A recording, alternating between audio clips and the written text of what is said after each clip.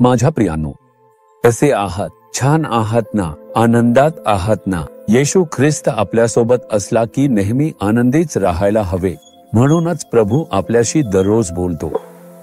तो आपल्याशी बोलणारा एक अद्भुत प्रभू आहे. पहा, आता मागे पाहताय का? तिथे लिहिले 40 आणि गॉड इज फेथफुल म्हणजे देव विश्वासू आहे असं लिहिले. त्याचा अर्थ काय माहितीये?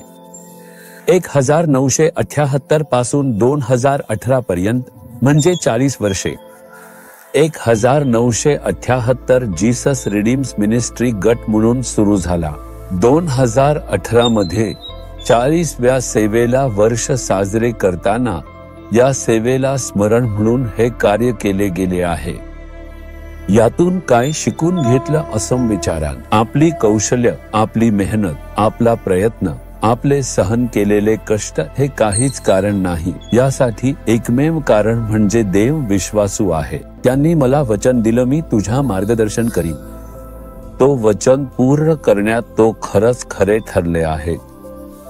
संरक्षण व मार्गदर्शन करत त्यांनी दाखवलं. मागे पाहिलं तर कौशल्य, प्रयत्न, संघर्ष काहीच नाही. माझ्या जीवनात मला बोलावणारा देव विश्वासू आहे. म्हणूनच मी उभा आहे. हे मला जाणवावं म्हणूनच.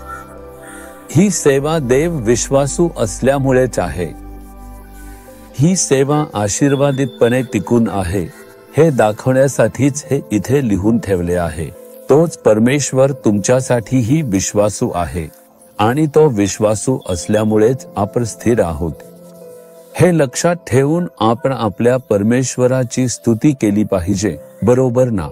आता लूकच्या पहिल्या अध्यायातून प्रभू एक गोष्ट सांगत आहे. 50व्या वचनात, जे त्याचे भय धरतात त्यांच्यावर त्याची दया पिढ्यानपिढ्या आहे.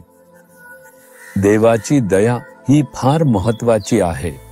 देवाची कृपा, देवाची करुणा, देवाची दया ती आपल्यावर असेल एवढं पुरेसं आहे. प्रभू माझ्यावर दया कर, प्रभू माझ्यावर कृपा कर, प्रभू माझ्यावर दया कर.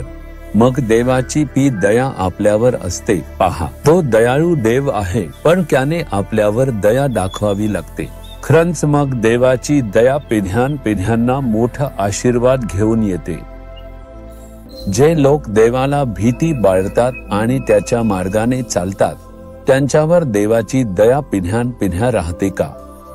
फक्त तुमच्यावरच नाही, तुमच्या मुलांवर, त्यांच्या मुलांवर आणि त्यांच्या पुढच्या पिढ्यांवर देवाची दया आणि तो आशीर्वाद चालू राहील असं सांगितलं जातं. म्हणून तुम्ही देवाची भीती बाळगून चाललात तर तुमच्या मुलांनाही, त्यांच्या मुलांनाही आणि पुढच्या पिढ्यांनाही आशीर्वाद मिळताना पाहू शकता. देवाची भीती ना बाळगता बेपर्वाईने वागणारे लोक तुम्ही पाहिले आहे. मी त्यांच्या मुलांना शापित पाहिले आहे आणि घरात त्रास सहन करावा लागतो. आशीर्वाद की शाप तुमच्याच हातात आहे. तुम्ही परमेश्वराची भीती ठेवून त्याच्या मार्गाने चालला तर दया, आशीर्वाद मिळतात. तुम्ही देवापासून दूर जाऊन त्याला दुखी करणारी कृत्ये केलीत तर शाप पिढ्यानपिढ्या चालू राहतो. प्रभू मला तुझी भीती बाळगून चालता यावं. हीच तुझी दया माझ्या कुटुंबावर असावी. ही दया या पिढीत असावी असं कबूल करून प्रार्थना करा. तो खरा देव आहे. तुम्ही खरं मनापासून कबूल केलं तर तो खरा देव म्हणून पिढ्यानपिढ्या तुम्हाला आशीर्वाद देईल, मार्गदर्शन करेल. प्रभू मी तुझ्यासमोर उभा आहे. मी पापी आहे, मी दोषी आहे. मला माफ कर.